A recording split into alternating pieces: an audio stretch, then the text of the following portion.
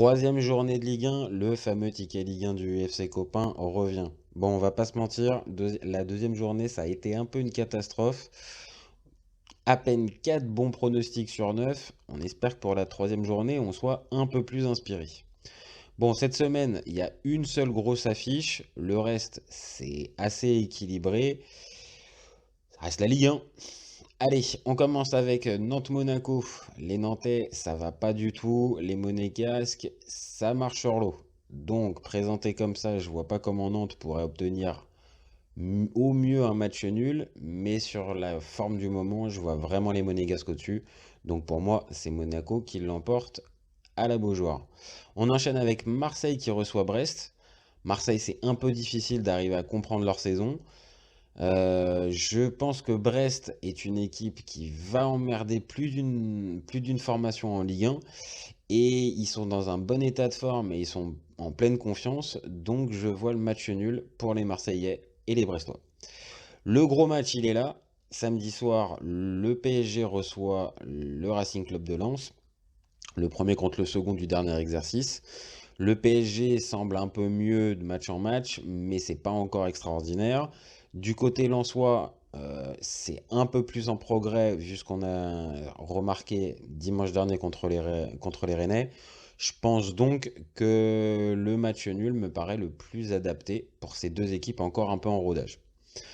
On enchaîne avec dimanche 13h, les Rennais qui reçoivent Le Havre. Contrairement à certaines idées reçues, Le Havre, ça va être une équipe qui va déranger plus d'une formation en Ligue 1 cette année. Mais je pense quand même que les Rennais à domicile ont de la marge, donc je vois les Rennais vainqueurs. On enchaîne avec les matchs de 15h, pardon. Strasbourg qui reçoit Toulouse. Deux équipes qui font un plutôt bon début de saison, même si les Strasbourgeois, ça a été un peu tempéré par le 3-0 encaissé face à Monaco la semaine dernière. Mais dans l'ensemble, c'est assez cohérent et je pense que Toulouse n'a pas la marge nécessaire pour pouvoir s'imposer. Donc un bon vieux match nul à la Méno me paraît le plus équitable. On enchaîne avec Montpellier-Reims, deux bonnes équipes pour l'instant de ce début de saison. Montpellier sort d'un 4-1 à Lyon et de l'autre côté, Reims a gagné sans trembler contre Clermont son match à domicile.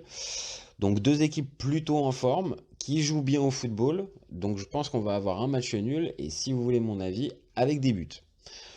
Dernier match de 15h, Clermont reçoit Metz. On va pas se mentir, c'est pas les deux équipes les plus sexy de Ligue 1, mais je pense quand même qu'on va avoir des buts aussi. Mais sur ce que j'ai pu voir, Clermont est un peu en difficulté. Metz, c'est pas génial non plus. Mais je pense que les Clermontois, devant leur public, vont lancer leur saison ce dimanche à 15h. On enchaîne avec l'avant-dernier match, Lorient-Lille. Alors, Lorient, après leurs deux matchs nuls contre Nice et le PSG, ils ont un troisième adversaire qui est un peu compliqué pour eux. On parle bien évidemment des Lillois. Et de l'autre côté, Lille sort d'un match de Coupe d'Europe compliqué, donc je vois le match nul entre les deux équipes. Enfin, dernier match, celui de dimanche, Nice-Lyon.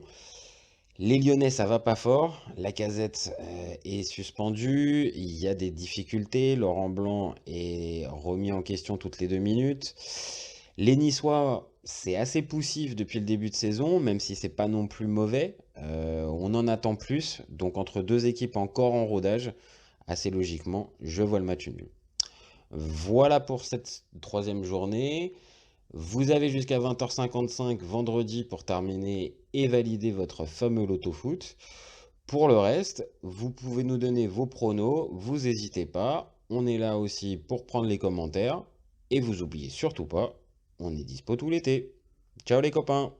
Cet été, il y avait encore des mecs pour dire que Mourinho, c'était l'entraîneur parfait pour le PSG. Pour moi, Giroud est un meilleur neuf que Benzema. J'ai pas peur de dire que Bounassar, à son prime, il avait 4 cafous dans chaque orteil. Marquinhos, capitaine du PSG. Non mais arrête, il a le charisme du nuit. Avec un joueur comme Nainggolan, la Belgique sortait la France en 2018. Le débat qui est le meilleur entre Messi et Maradona, alors qu'on sait tous que le meilleur 10 argentin c'est Riquelme. Mais il faut arrêter avec Payet, c'est un grand joueur. Raphaël Leao du Milan AC est une immense fraude entre un choc de Ligue 1 et en choc de MLS, je regarde la MLS. Guardiola, meilleur coach de l'histoire. C'est même pas le meilleur coach de l'histoire du Barça. De Laurenti pense que le mec, il dépense 1 euro, il meurt. Merci pour les travaux, Kylian. Maintenant, tu peux aller au Real. Totti, pour moi, c'est un meilleur joueur qu'Alessandro Del Piero. Entre Lizarazu et Candela, je prends Candela. Elle a dit ouf.